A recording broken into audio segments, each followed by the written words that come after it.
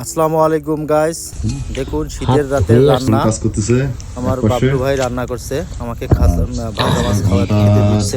আগে ভাত খেয়ে এসছে একবার থেকে।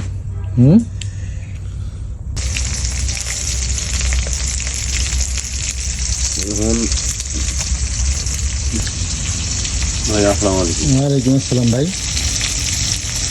এত রাতে রান্না? হ্যাঁ একটু রাতেই হয়ে গেল। রাত্রে কেন? গেছিলাম এক জায়গা তো, কোথায় গেছিলেন? এই পাগলাহাটে। এটা আমরা পিকনিক খাওয়া খাওয়া হয়ে গেছে। একটা মাছ? হ্যাঁ একটা। কে কে খাবে আজকে? একাই। আর একাই? যদি পারেন তাহলে আপনি শরীফ হন। আমিও শরীর খাবো। হ্যাঁ রান্না করছেন? ভাত রান্না করছেন? না ভাত তো এখন রান্না করি নাই, ভাতটা পরে রান্না করবো। পরে রান্না করবেন? এখন গরম রান্না করলে তো ঠান্ডা হবে।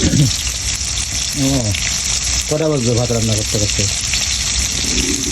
তাও 10টা। 10টা? এখনই তো বাজে পার হয়ে গেছে। 10টা বাজে কেমন করে?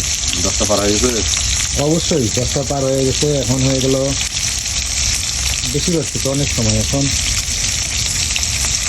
হোক আরো আধা ঘন্টা যাবে। 10টার পরে মানে 11:30। গান ছড়াচ্ছে মাছের, মনে হয় খুব সুন্দরই হবে। শীতের দিনে বড় মজা হচ্ছে, পোড় পোয়া হচ্ছে, মাছ ভাজাও হচ্ছে। দারুণ একটা বিষয়।